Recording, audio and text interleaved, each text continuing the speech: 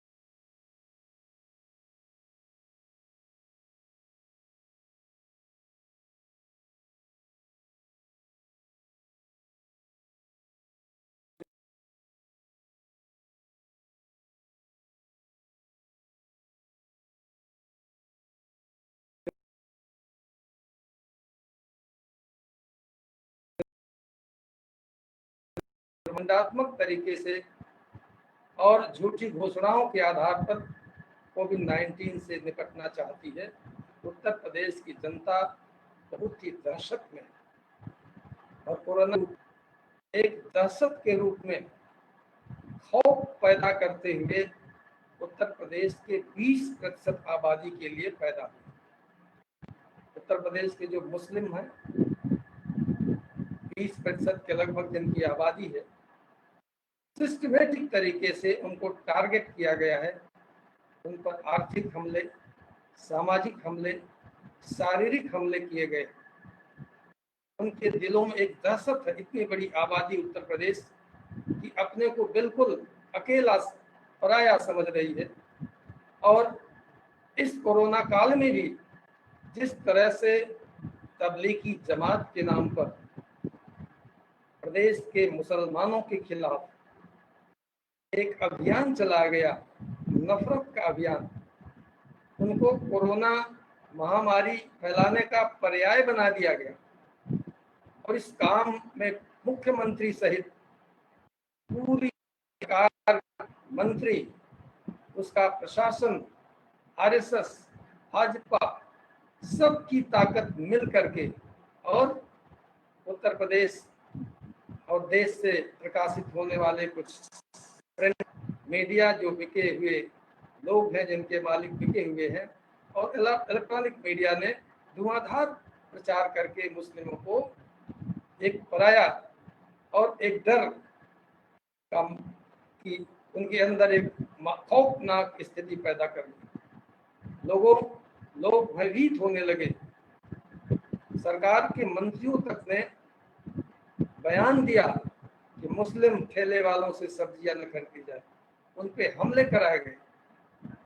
इस तरह से इस कोरोना काल में भी भाजपा की जोगी सरकार, भाजपा, आरएसएस बजाय कि कोरोना से एकजुट होकर लड़े, उसकी गंभीरता को समझे, वे अपनी सांप्रदायिक जहरीली राजनीति को ही आगे बढ़ा रहे हैं, उस पर ज्यादा ध्यान दे रहे हैं। कानपुर में एक जो वाकया सामने आया, पूरे देश में जिसकी चर्चा हुई, एक मेडिकल कॉलेज की प्राचार्य किस तरह से मुस्लिमों के खिलाफ बयान देती है कि जिन्हें जेल में होना चाहिए, हम उनकी सेवा कर रहे हैं।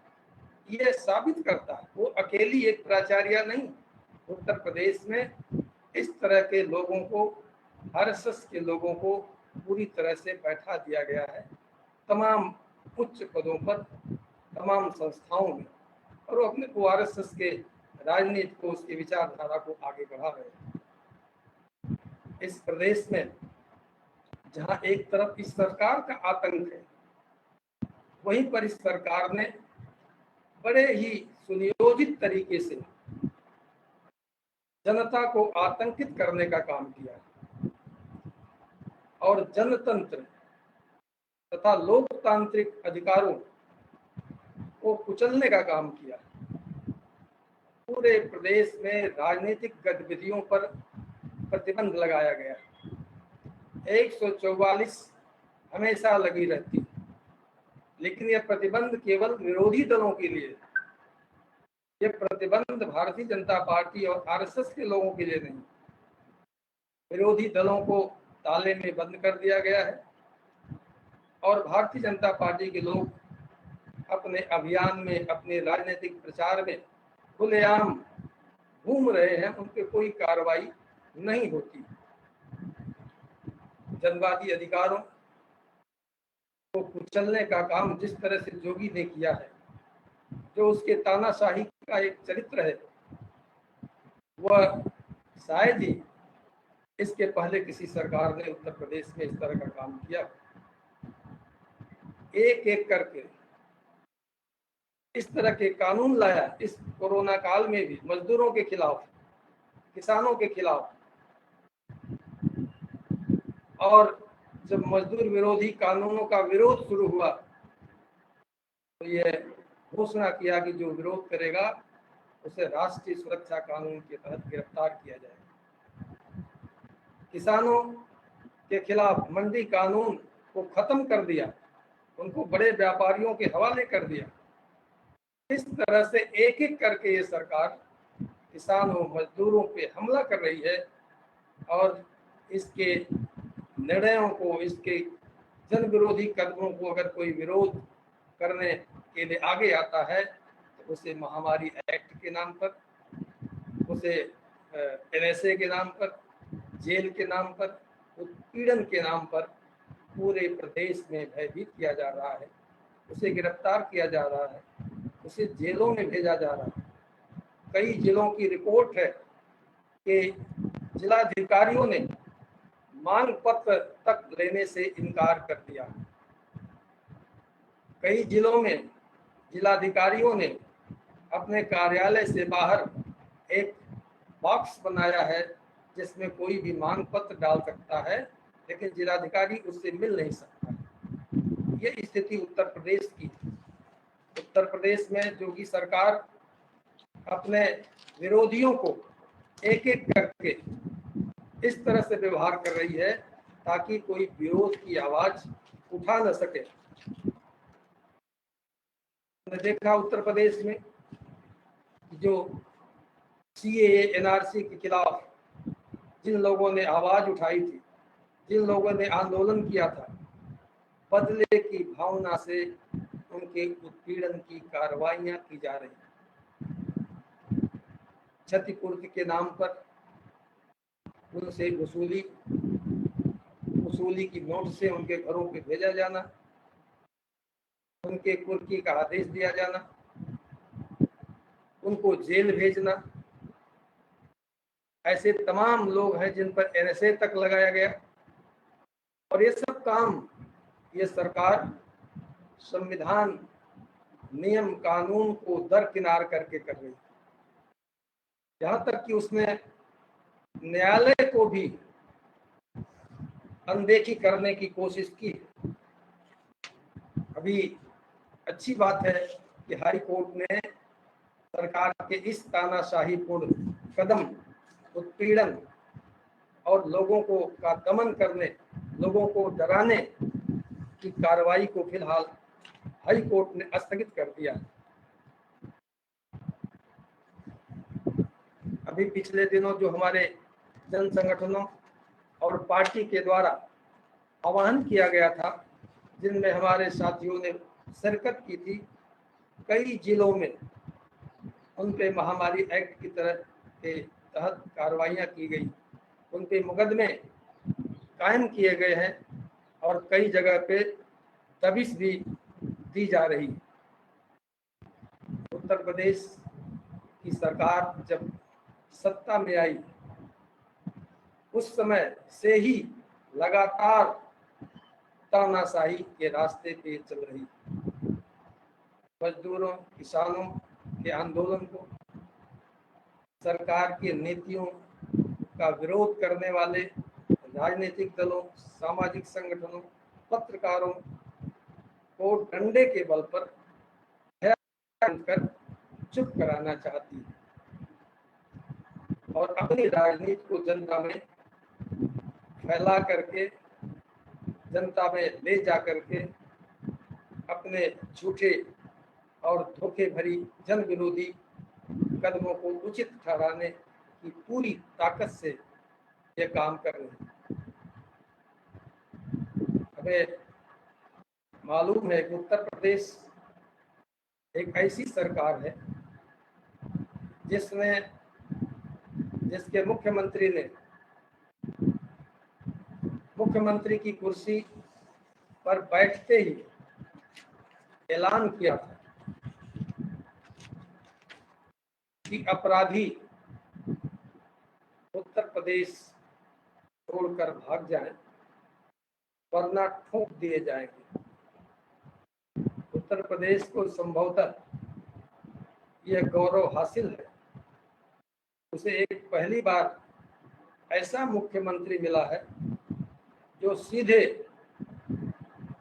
सारे न्याय प्रक्रियाओं को दरकिनार करते हुए ठोक देने का ऐलान करता है और पुलिस को न्याय करने का भी अधिकार देता है, फैसला करने का भी अधिकार देता है। अभी 3 साल योगी सरकार के पूरे हुए और बड़े शान के साथ मुख्यमंत्री ने ये घोषणा की कि हमने 3 सालों में उत्तर प्रदेश में कानून व्यवस्था को अच्छी तरह से सुधार करके रख दिया, एक अच्छा प्रशासन दिया। 11 जुलाई को जिस दिन अखबारों में उनका बयान छपा और उन्होंने कहा 122 लोगों को, अपराधियों को मौत के घाट उतार दिया गया। ये अलग बात है कि 122 वो कौन लोग हैं। हमारी सर्वे रिपोर्ट, तमाम लोगों की रिपोर्ट ये बताती है इन 122 लोगों में ऐसे तमाम वो छोटे छोटे लोग हैं, ठेले वाले जैसे लोग हैं, जो छोटे मोटे अपराधों में जेल जा चुके हैं, जमानत पे अपने घर पे रह रहे थे और उनको पुलिस ने ठोक दिया, उनको अमानवीय तरीके से उनका कत्ल कर दिया, जिस पे मुख्यमंत्री जी गर्व करते हैं। 122 लोगों को काउंटर में अपराधियों को मारा गया और एक अच्छा सुशासन प्रशासन उत्तर प्रदेश में भाजपा की योगी सरकार ने दिया। लेकिन सारा देश जानता है कि उससे एक हफ्ते पहले कानपुर में एक दुर्दांत अपराधी ने किस तरह से एक सर्किल ऑफिसर के साथ 8 पुलिस जवानों को पूरी तरह से गोली मार दी, उनको काट डाला। भारी फोर्स जिसको पकड़ने के लिए गई थी, आखिर जब 122 लोग मारे गए, मुख्यमंत्री ठोकने वाला, ठोको नीति को मजबूत करने वाला, तो ये दुर्दांत अपराधी कैसे पैदा हो गए? ये कहाँ थे लंबे समय तक, जिस पर दर्जनों संगीन अपराध के मुकदमे हों, उसका किसी आपराधिक रजिस्टर में नाम तक नहीं। और ये ऐसा अपराधी, ये कोई अकेला नहीं, पूरे प्रदेश में तमाम इलाकों में इस तरह के अपराधी अपना एक समानांतर राज चला रहे हैं। कानपुर का उदाहरण, वह न्यायपालिका, कार्यपालिका, विधायिका, ये सब अपने हाथ में, अपने ढंग से, अपने इलाके में वो खुद ये सब काम कर रहा था।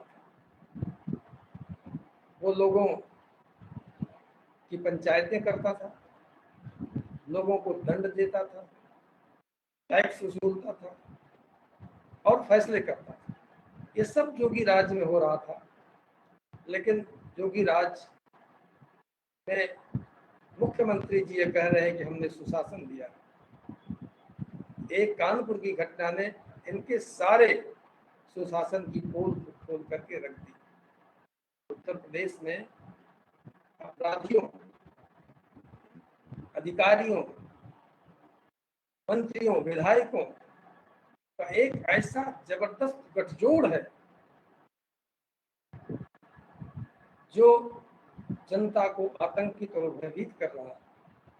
दुर्दांत अपराधियों के भय से आम जनता भयभीत है।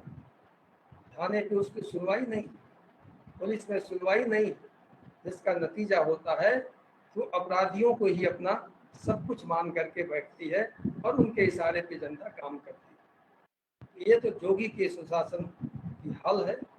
किस तरह से अपराधी समानांतर सरकारें इलाकों में चले हैं और लंबे समय से चला। अपराधियों की अगर बात करें तो उत्तर प्रदेश की विधानसभा में जिन विधायकों पे आपराधिक मुकदमे हैं, उनमें सबसे ज्यादा भारतीय जनता पार्टी के, और उस पार्टी के सरकार के मुख्यमंत्री ठोको नीति के आधार पर अपराधियों को मारने या जेल में भेजने का दावा करते हैं। अपराधों की जबरदस्त वृद्धि उत्तर प्रदेश में हुई। सारा प्रशासन लुंज पुंज है। यहाँ कोई कानून व्यवस्था नाम की चीज नहीं।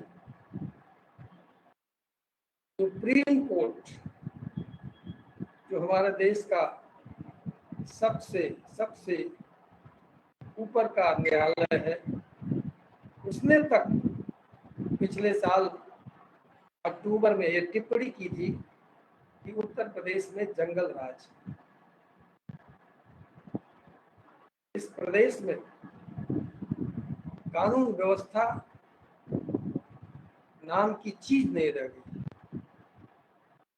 जो सरकार चलती है, जो कानून व्यवस्था है, ये मुख्यमंत्री भारतीय जनता पार्टी के नेताओं, भाजपाइयों के मर्जी के अनुसार यहाँ पे कानून व्यवस्था चल रही है।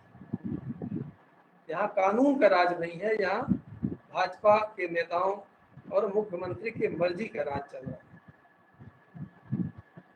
आंकड़े बताते हैं, एनसीआरबी के आंकड़े पहले भी, उत्तर प्रदेश महिलाओं पर अपराध पूरे देश में टॉप पर है। दलितों पर अपराध में उत्तर प्रदेश टॉप पर है। हर रोज 11 बलात्कार महिलाओं के साथ उत्तर प्रदेश में होते हैं और यह सिलसिला कोरोना काल में भी जारी है। जो भी सरकार ने अपने रिकॉर्ड को बनाए रखा है उत्तर प्रदेश में, इस महामारी के दौर में भी रोज अखबारों में खबरें छपती हैं, लड़कियों के साथ बलात्कार, सामूहिक बलात्कार। तमाम जिलों से खबरें आती हैं, लड़कियों जिनके साथ बलात्कार होते हैं, जब वो शिकायत करने जाती हैं, उन्हें न्याय नहीं मिलता तो आत्महत्या कर रही है। तमाम ऐसे परिवार जिनके घरों की लड़कियों के साथ दुष्कर्म हुआ, उन्होंने जब रिपोर्ट थाने में लिखाई, उनके परिवार पे हमले हो रहे हैं। कहाँ है योगी सरकार? कहाँ है उसका सुशासन? कहाँ उसका प्रशासन? कहीं नजर नहीं आता। और जब से चिन्मयानंद की घटना हुई, तब से तो लड़कियों, उत्तर प्रदेश की लड़कियों ने शायद इस बात पर विचार करना शुरू कर दिया है कि अगर बलात्कार करने वाला भारतीय जनता पार्टी का नेता होगा तो उसके खिलाफ रिपोर्ट करने में 100 बार उन्हें सोचना पड़ेगा, क्योंकि हो सकता है कि रिपोर्ट दर्ज कराने के बाद उन्हें खुद ही जेल में जाना पड़े। ये सरकार बलात्कारियों को बचाने वाली सरकार, और मुख्यमंत्री सुशासन का दावा पेश करते। अभी एक दिन पहले दबंगों से उत्पीड़ित होकर के जब वो थाने से न्याय नहीं मिला, एसएसपी के कार्यालय से न्याय नहीं मिला, माँ बेटी लखनऊ में मुख्यमंत्री कार्यालय के सामने आत्मदाह करने की कोशिश की। लाचार है, कमजोर है। जब कानून उसके समर्थन में नहीं खड़ा होता, आत्महत्या कर रही। ये एक घटना नहीं, ये पूरे प्रदेश में ऐसा ही हो रहा है, उसका संकेत है। और सरकार क्या करती है? बजाय कि उस दबंग के खिलाफ, जिसके दबंगई से परेशान होकर के आत्महत्या की कोशिश की, आत्मदाह की कोशिश की माँ बेटियों ने, उसके खिलाफ कार्रवाई हो, सरकार उन लोगों के खिलाफ कार्रवाई कर रही है, कह रही कि इन लोगों ने इनको उकसाया है।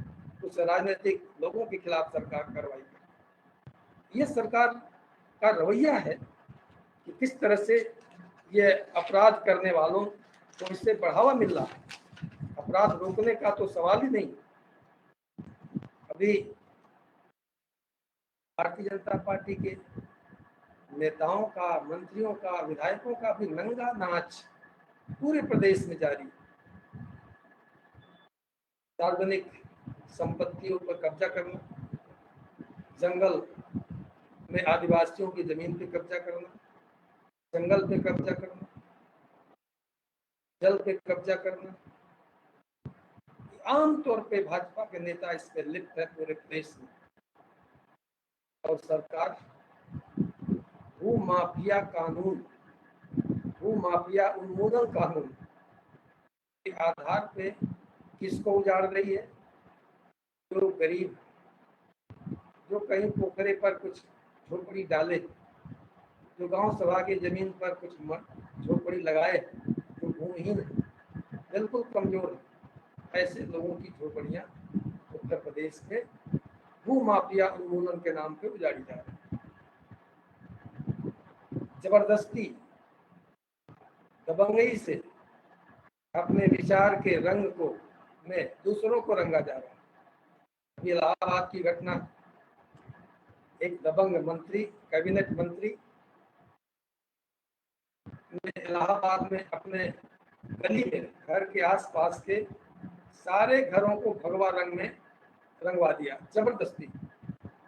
अब जब मकान मालिकों ने विरोध किया तो उन्हें मारा पीटा गया। बलिया में भाजपा चेयरमैन और ठेकेदारों के नाजायज दबाव में, नाजायज काम न करने के कारण उसको इतना प्रताड़ित किया गया कि एक पीसीएस महिला अधिकारी ने आत्महत्या कर लिया। इस तरह की रोज घटनाएं जिसमें सरकारी पार्टी, भाजपा की पार्टी के बड़े बड़े नेता नीचे से लेके ऊपर तक संलिप्त है। यह है कानून व्यवस्था उत्तर प्रदेश की। और इस स्थिति में जो दलित है बेचारा बना हुआ है, जो माइनॉरिटी है वो तो बिल्कुल बेसहारा है, जो कमजोर है उसकी कोई सुनवाई नहीं। भ्रष्टाचार तो जबरदस्त है। मुख्यमंत्री ने कहा कि जीरो टॉलरेंस है भ्रष्टाचार के प्रति, जीरो टॉलरेंस है अपराध के प्रति। लेकिन यहाँ तक एक ताज्जुब करने की बात है कि कोरोना के जांच तक में भ्रष्टाचार हुआ। पुलिस उठा ले गई है, खासतौर से माइनॉरिटी के लोगों को थाने में बैठा दिया और रिश्वत लेकर के उन्हें छोड़ी गई। ये धमकी दी गई, अगर रिश्वत नहीं दोगे तो तुम्हें कोरोना की बीमारी, संक्रमण के आधार पे क्वारंटाइन कर दिया जाएगा और वहां पे तुम प्रताड़ित किए जाओ। इस तरह से इस महामारी के दौर में भी इस स्तर का भ्रष्टाचार इस सरकार के राज में हो रहा है। हर थाने में जबरदस्त तरीके से भ्रष्टाचार है। गरीब की रिपोर्ट लिखी नहीं जाती। ऐसी कई मामले अखबारों में उत्तर प्रदेश के कई इलाकों से आए हैं। दबंगों से पीड़ित जब एक गरीब आदमी थाने में गया, उसे भगा दिया जाता है। खुद कानपुर के मामले में भी, जिसमें तमाम दरोगाओं की संलिप्तता मिली भगत सामने आई, हमारी पार्टी ने मांग की थी कि कानपुर के प्रकरण में उस दुर्दांत अपराधी के साठगांठ मंत्रियों, विधायकों, बड़े अधिकारियों की है और बिना इसके वो समानांतर सरकार राज वहां चला ही नहीं सकता था। इसकी जांच सुप्रीम कोर्ट के सिटिंग न्यायाधीश से करवाई जानी चाहिए। लेकिन वो बात वो मांगी, इस सरकार ने नहीं मांगी और पूरे प्रदेश में एक जंगल राज की स्थिति बनी हुई। साथियों, ये एक ऐसा प्रदेश है जहाँ जिस प्रदेश की जनता इस बात पर फख्र करती है कि हम उस सबसे बड़े प्रदेश के नागरिक हैं जो प्रदेश देश बनाने का काम करने में बड़ी महत्वपूर्ण भूमिका निभाता है। लेकिन आज भाजपा के जोगी राज इस शासन काल में ये जनता त्राही त्राही कर रही है। ये जनता अपने जायज मांगों के लिए मांग तक, आवाज तक नहीं उठा सकती। और जो जनता के नुमाइंदे हैं, जनता की आवाज उठाने वाले लोग हैं, उनको चारों तरफ से पूरी तरह से आतंकित करने की लगातार कोशिश इस सरकार द्वारा की जा रही है। सरकार ने दावा, मोदी सरकार और योगी सरकार दोनों ने, कि किसानों के लिए हम पूरी संजीदगी से के साथ काम करेंगे, और ये स्वीकार किया इस महामारी के दौर में अर्थव्यवस्था को संभालने में खेती का बहुत बड़ा योगदान हो सकता है। लेकिन किया क्या? अभी जो अध्यादेश मोदी सरकार ने पास किया, किसानों के संरक्षण के नाम पर, प्रोटेक्शन के नाम पर, उनके मजबूतीकरण के नाम पर, बिल्कुल उल्टी दिशा में, उससे किसान पूरी तरह से कारपोरेट के हवाले हो जा रहे हैं, बड़े व्यापारियों के हवाले हो जा रहे हैं, और एक ठेका खेती का रास्ता साफ हो गया। कितनी एक धोखाधड़ी, एक बड़ी ही धूर्तता के साथ ये सरकार किसानों मजदूरों के साथ उनके साथ हमदर्दी प्रकट करने का काम करती है, लेकिन वास्तविक जो उसके काम है बिल्कुल उसकी पीठ में छुरा भोंकने जैसा। मंडी कानून को खत्म किया, और इस महामारी के दौर में किसानों ने जो कुछ पैदा किया था, सब्जी, दूध, फूल, ये सब का सब बर्बाद हुआ।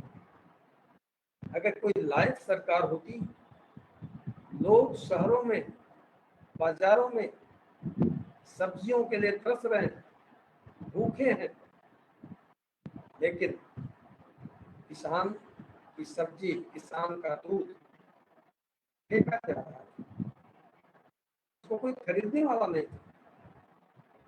सरकार को चाहिए था कि उसकी व्यवस्था करती, उनके दूध सब्जियों को खरीद करके जनता को उपलब्ध कराती, लेकिन इसके विपरीत काम किया गया। किसानों को डंडों से पीटा गया, उनके सब्जियों को सड़कों पे फेंकवाया गया, उनको प्रताड़ित किया गया।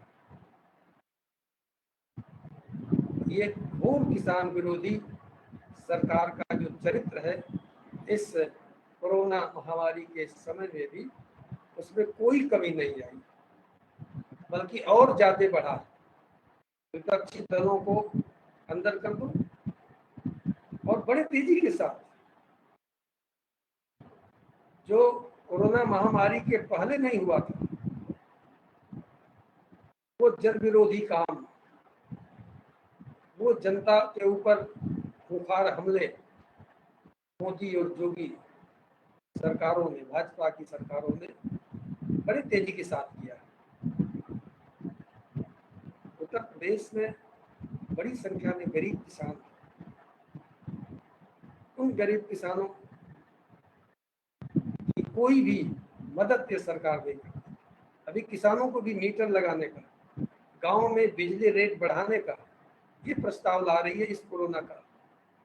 जब ये बिजली रेट माफ होना चाहिए था, टैक्स माफ होने चाहिए थे, उनके घरेलू टैक्स माफ होनी चाहिए, तब सरकार विपरीत दिशा में फैसला लेती है, जिससे किसानों के ऊपर एक बड़ा और बड़ा बोझ डालने की कोशिश ये सरकार कर रही है।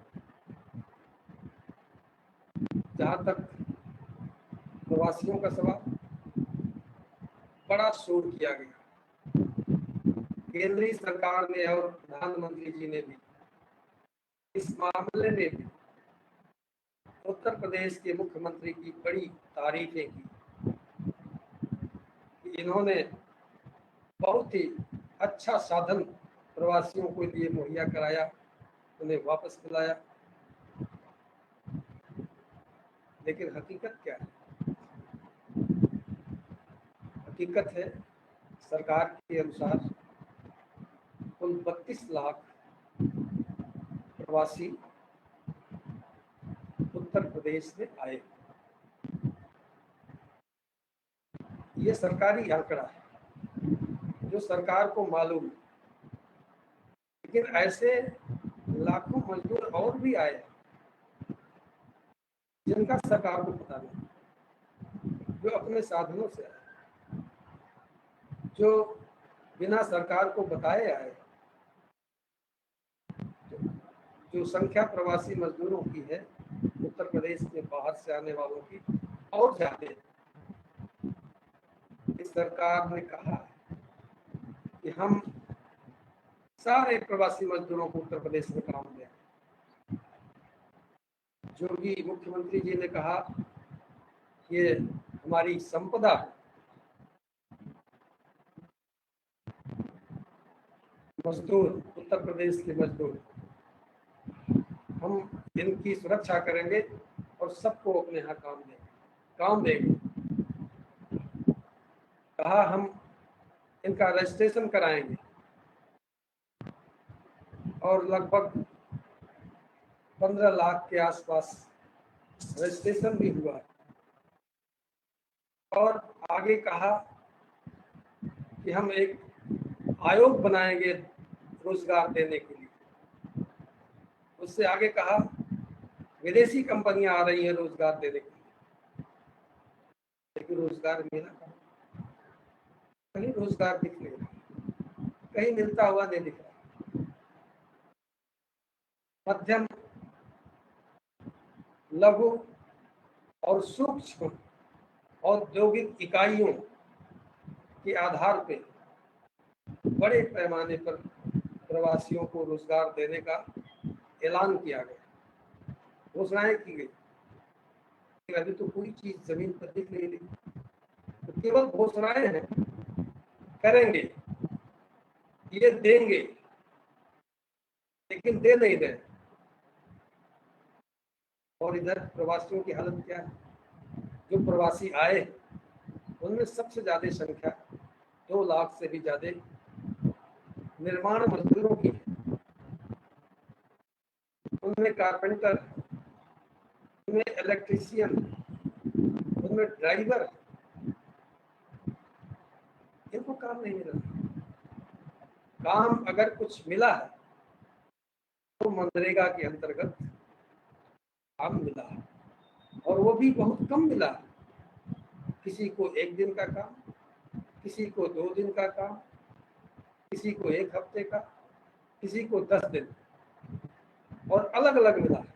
उस सबको जोड़ करके सरकार लाखों की संख्या में रोजगार देने का दावा कर रही है।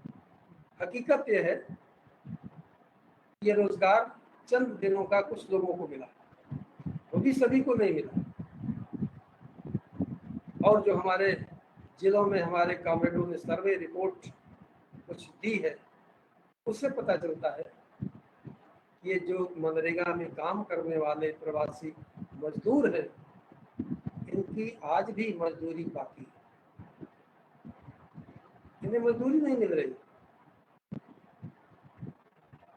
उनको तो पैसे की जरूरत है, खाने के लिए मोहताज है। अगर उन्हें मजदूरी मिलेगी नहीं तो फिर इस काम देने का क्या मतलब?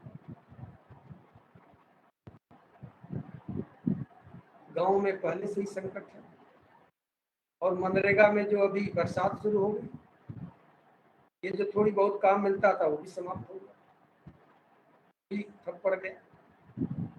ये दावा बिल्कुल हवाई है कि मनरेगा में हमने लाखों का काम किया और बाकी को देंगे। कब तक देंगे? जब तक प्रवासी मजदूर तब तक समाप्त हो जाएगा, उसका जीवन समाप्त हो जाएगा, वो चला जाएगा। गांव की स्थिति है, ये जो बाहर जाके खाने का काम करते हैं उत्तर प्रदेश के लोग, ये सब गरीब घरों के मेहनत करने वाले लोग, गरीब किसानों के घर के लोग, अगर उन्हें यहाँ काम मिलता, यहाँ उनकी हालत ठीक होती, तो बाहर जाते ही क्यों? ज्यादातर ऐसे लोग बाहर जाने वाला जब वहां कमा करके कुछ कैश घर पर भेजता है तो उनका परिवार चलता है, वो भी बंद हो गया, तो सब अपने घरों को लौट गए, परिवार का बोझ बढ़ गया, उनके पास नकदी है ही नहीं। हमारी पार्टी ने जो मांग की थी, ये बहुत वाजिब मांग की थी कि कम से कम 7,500 नगद हर परिवार को हर महीने दिया जाए। सरकार ने नहीं दिया। सरकार तो उनका अनाज भी बंद करने जा रही थी, लेकिन वो उसका विरोध अंदर से हुआ तो फिलहाल उसे रोक दिया। उत्तर प्रदेश में प्रधानमंत्री गरीब कल्याण योजना के अंतर्गत 31 जिलों को चुना गया। बड़ा जोर शोर से दावा है 125 दिनों के लिए काम देने का अभियान चलाया जाए। वो काम कहीं दिख नहीं रहा है और ये 25 दिन धीरे धीरे समाप्त हो रहे हैं। 125 दिन सरकार की घोषणाएं केवल हवाई, जनता को भ्रमित करने का काम उत्तर प्रदेश में भारतीय जनता पार्टी की सरकार और देश में केंद्र में मोदी सरकार, ये दोनों मिलकर के कर रहे हैं।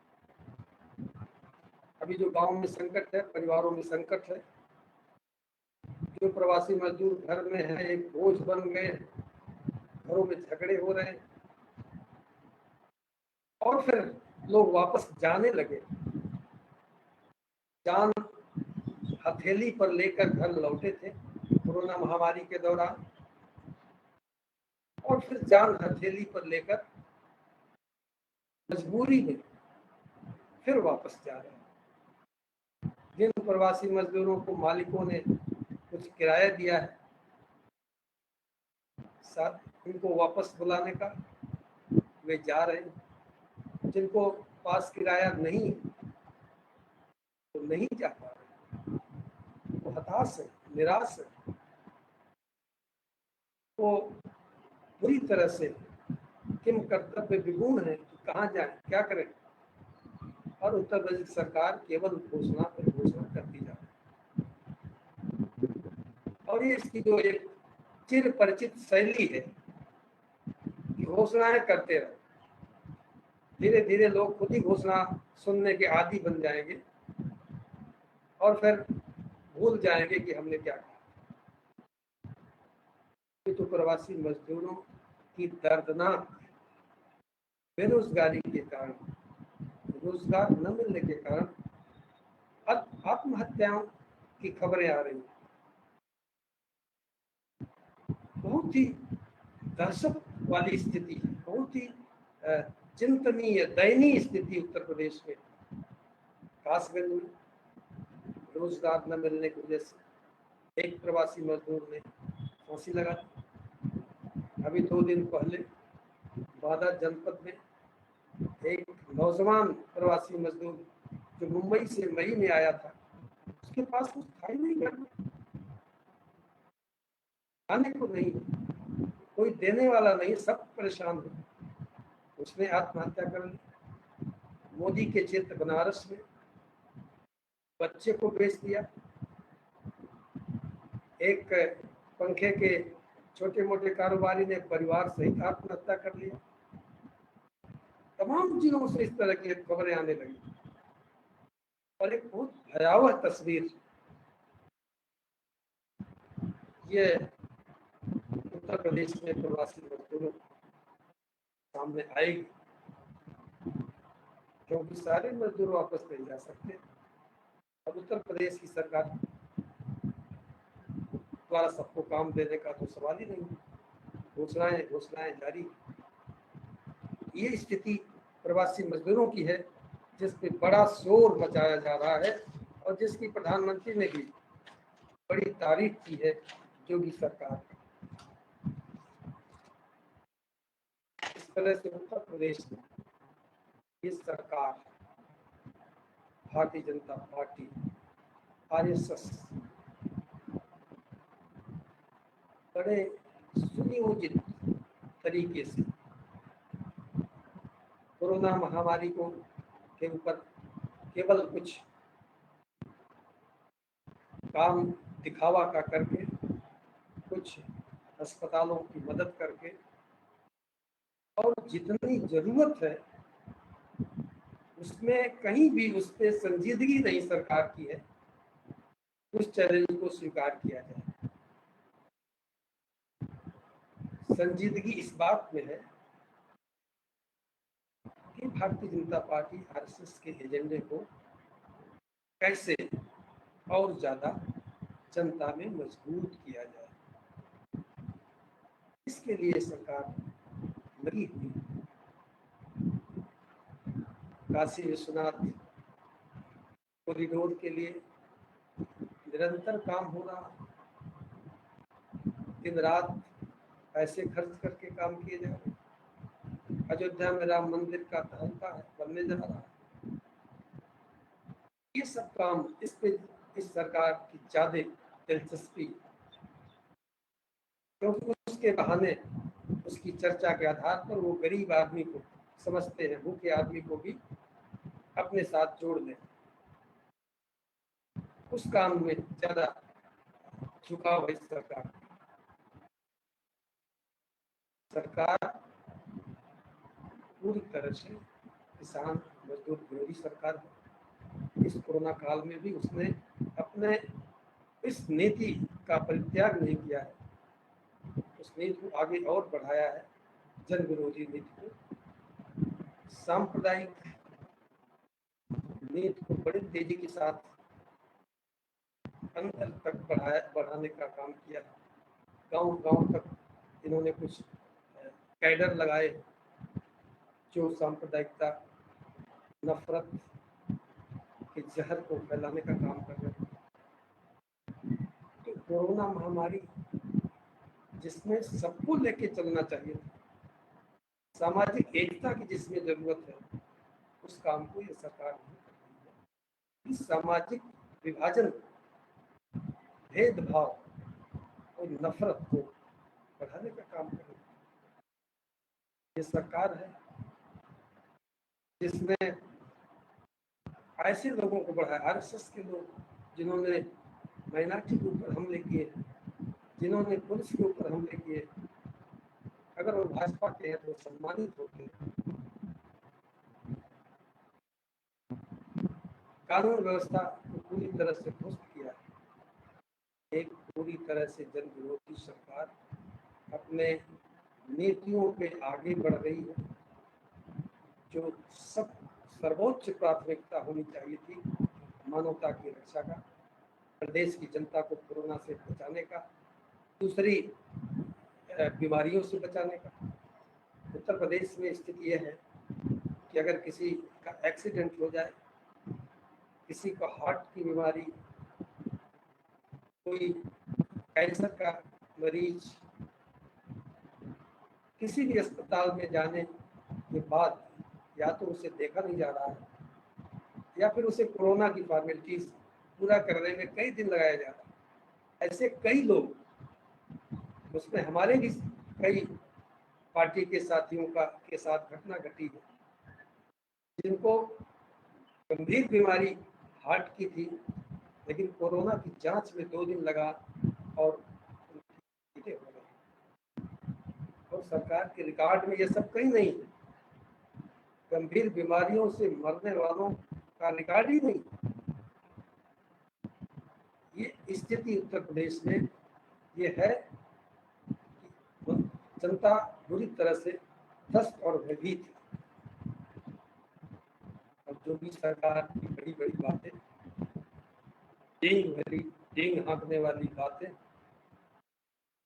और जो मीडिया है उत्तर प्रदेश में, हिंदी, खास तौर से हिंदी के अखबार और हिंदी के चैनल पूरी तरह से अपने को बेच दिए भाजपा सरकार के हाथ में।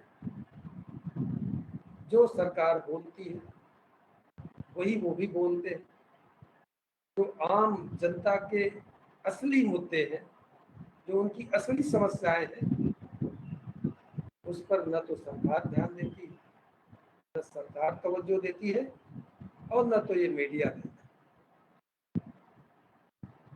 प्रदेश में हमारी पार्टी ने एक कोशिश की थी, ये जो सरकार हर मोर्चे पे फेल हो रही, जनता सब समझ रही, जनता में असंतोष है, उस असंतोष को आंदोलन में बदलना है। लेकिन इस महामारी के दौर में कुछ सीमाएं हैं, उस सीमा में भी हम इस काम को कर सकते हैं। जनता की आवाज को उठाना बंद नहीं किया जा सकता है। ये सीपीआईएम की जिम्मेदारी, ये वाम की जिम्मेदारी, और इसलिए सीपीआईएम ने पहल की कि वामपंथी दलों के साथ जनता के असंतोष को आंदोलन का रूप देने के लिए अपनी पूरी ताकत से कोशिश की जाए। एक हमारे सर्वे के दौरान एक साधारण किसान ने, जब उससे राजनीतिक बात की गई, जो समस्याएं बढ़ रही हैं उस पर बात की गई, उसने अपने ठेठ भाषा में कहा, कामरेड, सब कुछ बूझ तो रहा है लेकिन सूझ नहीं रहा। अर्थात हमारे समझ में तो आ रहा है लेकिन रास्ता नहीं दिख रहा कि करें क्या। हमारी ये कोशिश, हमारी पार्टी की उत्तर प्रदेश में एक पूरी कोशिश होगी कि वामपंथ को लेकर हम जो किसान है, मजदूर है, मेहनत कश है, छोटे दुकानदार हैं, व्यापारी, जो सरकार के नीतियों से, फैसलों से जिन पर हमले हैं, उनके असंतोष को आंदोलन का रूप देने की कोशिश करेंगे। हमने ये भी अपील की है अपनी पार्टी की तरफ से, जो भी सरकार की तानाशाही के खिलाफ, इसके जन विरोधी नीतियों के खिलाफ, इसके जनतंत्र विरोधी और जनतांत्रिक अधिकारों के कुचलने के रुख के खिलाफ एक व्यापक मंच, तानाशाही विरोधी मंच भी इस प्रदेश में बनना चाहिए, जिसमें वामपंथी दलों के साथ तमाम जनवादी और सेकुलर ताकतों को भी शरीक किया जा सकता है। हम इसके लिए प्रयास करेंगे और हमें पूरा विश्वास है कि उत्तर प्रदेश की जनता ने इससे पहले की सरकारों ने जब उस पर जुल्म किया है, उसको तकलीफें दी है, उसकी आकांक्षाओं को पूरा करने में असफल रही है, तो जवाब देने का काम किया है। इस तानाशाह, जनतंत्र विरोधी, सांप्रदायिक सरकार का जवाब भी उत्तर प्रदेश की जनता देगी। इसके लिए हमारी पार्टी वामपंथ के साथ मिलकर के पूरा प्रयास करेगी। इन्हीं बातों के साथ मैं अपनी बात समाप्त करता हूँ। धन्यवाद। लाल सलाम।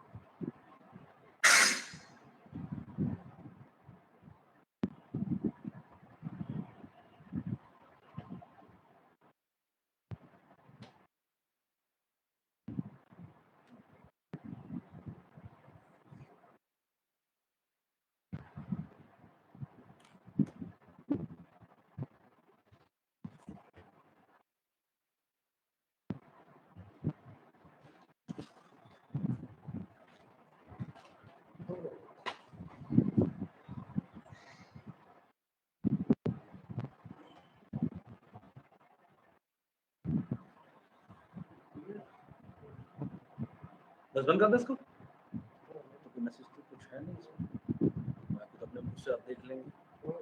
You are currently the only person in this conference.